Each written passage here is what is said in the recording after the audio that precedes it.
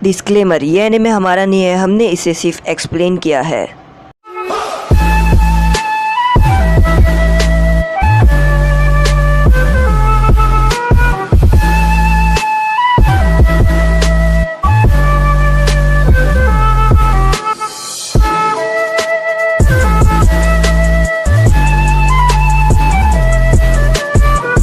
सोकरा Sasuke का ऐसा रूप देखकर थोड़ी देर में चौंक जाती है और वो सास्के को बस देख ही रहती है। तभी यहाँ पर जो सास्के रहता है वो बोलता है कि तुम्हें क्या लगता है कि ये वीकलिंग तुम लोगों ने अपनी टीम में लिया है जो मेरी जगह पर है।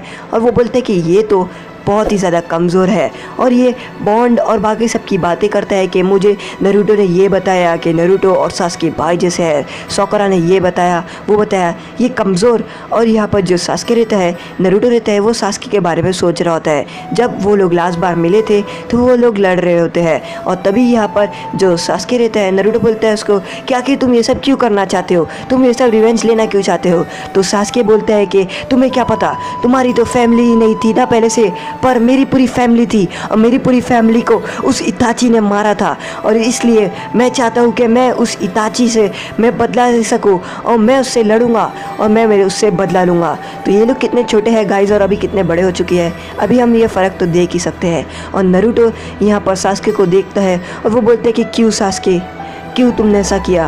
और यहाँ पर हमें सीन बताता है जहाँ पर सास्के और नरूटो एक दूसरे से लड़ रहे होते हैं। और यहाँ पर जो नरूटो रहता है वो सास्के को जोर से चिल्लाकर बोलते हैं कि क्यों सास्के, तुमने ऐसा क्यों किया, तुमने उस दिन मुझे ज़िंदा क्यों रखा, तुम चाहते तो मार भी सकते थे पर तुमने मुझे ज़िंदा क्यों छोड़ा।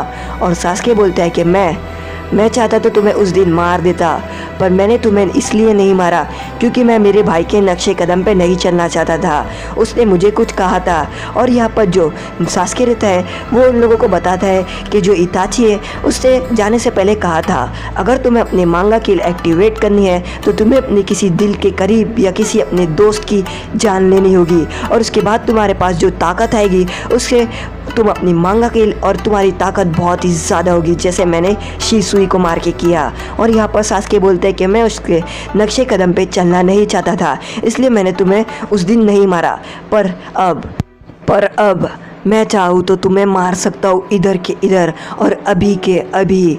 और यहाँ पर जो सास्के रहता है और नरूटो रहते हैं उन दोनों को याद आता है कि जब वो लोग जा रहे होते हैं उससे पहले यहाँ पर सास्के चिदोरी, नरूटो रसिंगन और दोनों एक दूसरे को मार देते हैं। और उसके बाद यहाँ पर जो सास्के रहता है वो थोड़ी बहुत चालाकी से जीत ही जाता है और नरूटो आखिर में रहता है। और फिर उन दोनों की फ्रेंडशिप से वो लोग चले जाते हैं। और यहाँ पर सास्के नरूटो की तरफ देख रहा होता है और यहाँ पर सास्के नरूटो की आंख में देखे अचानक से ऐसी तरीके से जम मारता है और सास्के के कंधे पर हाथ रख देता है और वो बोलता है क्यों नरूटो। और यहाँ पर सोकरा ये देखकर बोलती है कि आखिर सास्के ने ये कैसे किया। कैप्टन यामाटो बोलते हैं कि सास्के बहुत ही ज़्यादा फास्ट है। सास्के बोलता है क्यों नरूटो, तुम्हारा तो सपना होकागे बनने का था ना, तो तुमने अपने टाइम क्यों वेस्ट किया, तुम मुझे हमेशा ढूंढने क्यों रहे और तुम क्यों मेरे पर टाइम वेस्ट करे नरूटो, तुमने क्यों मुझे ढूंढने की कोशिश करी और अब तुम होकागे बन भी नहीं पाओगे। और ये बोलकर सास्के अपनी स्वॉर्ड निकालता है। नरूटो ये देखकर चौंक जाता है और वो बोलता है मैं अपने दोस्त को नहीं बचा पाया तो मैं होकागे क्या खाक बनूंगा। और उसके बाद सास्के अपनी स्वॉर्ड निकालता है और वो बोलता है तुम अब बन भी नहीं पाओगे और वो नरूटो की तरफ बढ़ाता है और नरूटो को मारने वाला रहता है।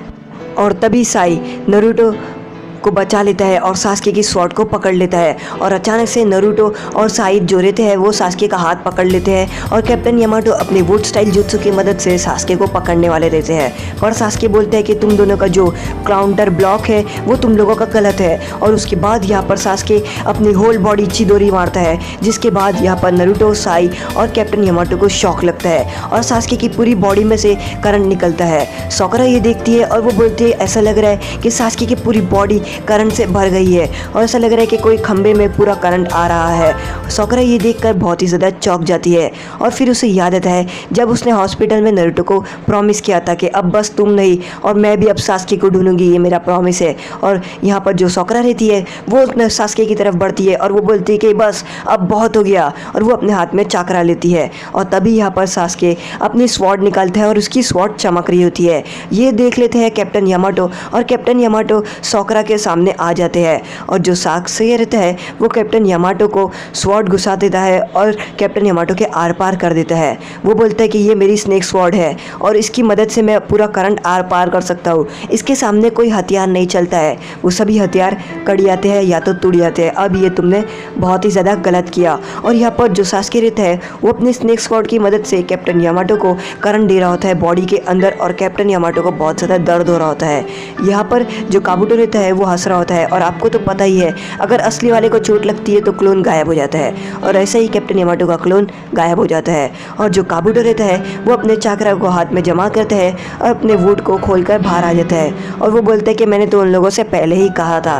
और यहाँ पर जो सास्के रहता है वो नारुतो को देख रहा होता है और वो बोलता है कि अब तुम्हारी बारी, और वो अपनी स्वॉर्ड को लेकर नारुतो की तरफ आने वाला रहता है। और जो सास्के रहता है वो थोड़ी देर के लिए नारुतो को घूरते हुए देख रहा होता है। और तभी यहाँ पर हमें बताता है सीन जब नारुतो अपने नाइनटेल से बात कर रहा होता है और नाइनटेल बोलता है आज जाओ नारुतो, मेरी सभी शक्तियाँ ले लो और तुम मेरी शक्तियाँ ले लो और उसे बता देना कि हम क्या है।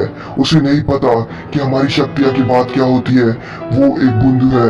और तुम आ जाओ, हम दोनों की शक्तियाँ मिलने के बाद बहुत ही ज्यादा हम ताकतवर हो जाएंगे। आ जाओ नारुतो, हम उसे दिखा देते हैं। और तभी नारुतो बोलता है कि नहीं, मुझे तुम्हारी शक्तियों की कोई ज़रूरत नहीं है। अगर मैं सास्के को बचाऊंगा तो अपने दम पर बचाऊंगा। और तभी तुम्हें क्या लगता है तुम उसे अपनी शक्तियों से बचा पाओगे? और यहाँ पर जो नाइनटेल फॉक्स होता है वो हंस रहा होता है। तुम उसे अपनी शक्तियों से कभी नहीं बचा पाओगे। तुम्हें अगर उसे बचाना है तो तुम्हें मुझे अपनी शक्तियाँ लेनी होगी और देनी होगी। इसलिए तुम मेरे पास आओ और जो मेरी सील लगी है उसे पूरी तरीके से खोल दो ताकि मैं तुम्हारे बदन में पूरी तरीके से आ जाऊँ और मैं तुम्हें इतनी पावर दूं कि तुम सास्के को हरा दो। ये क्या? और तभी यहाँ पर सास्के आ जाता है और जो हमारा नाइनटेल फॉक्स होता है उसके सामने हाथ रख देता है। नारुतो ये देखकर चौंक जाता है कि सास्के उसके मन में और उसके अंदर कैसा आया। सास्के नाइनटेल फॉक्स को देखकर हंस रहा होता है।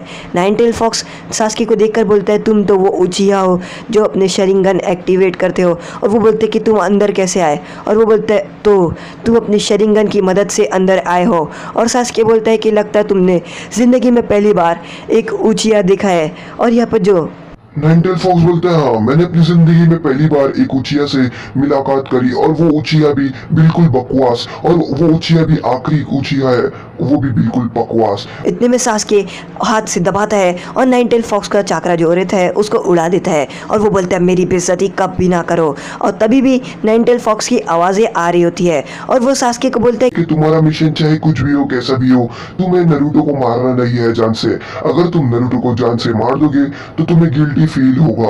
और उसके बाद यहाँ पर जो सास्के रहता है वो बाहर आ जाता है और यहाँ पर जो नारुतो को देख रहा होता है सास्के। तभी कैप्टन यामाटो सास्के को देख रहे होते हैं और वो बोलते कि मैं ऐसा नहीं कर सकता, मुझे इस मौके का फ़ायदा उठाना होगा। और तभी वो अपने जुत्सु की मदद से जहाँ पर सास्के नाइफ घुसाता है वहाँ से एक वुडन पीस निकालता है और उस पीस से तलवार को पीछे करते हुए जो सास्के रहता है उसको अपने जुत्सु से पकड़ने की कोशिश करता है। पर सास्के उसमें से बाहर आ जाता है और वो पत्थर पे खड़े हो जाता है और वो बोलते हैं कि तुम्हारा अटैक बहुत ही ज़्यादा बेकार था, तुमने अटैक इतना ख़राब किया था। और वो बोलता है कि अब नहीं, अब मैं तुम लोगों को और टॉलरेट नहीं कर सकता, अब मुझे तुम लोगों को एक साथ ही मारना होगा। तो आज का एपिसोड यहीं पर ख़त्म होता है। अगर आपको हमारा एपिसोड पसंद आए लाइक करें, शेयर करें, सब्सक्राइब करें।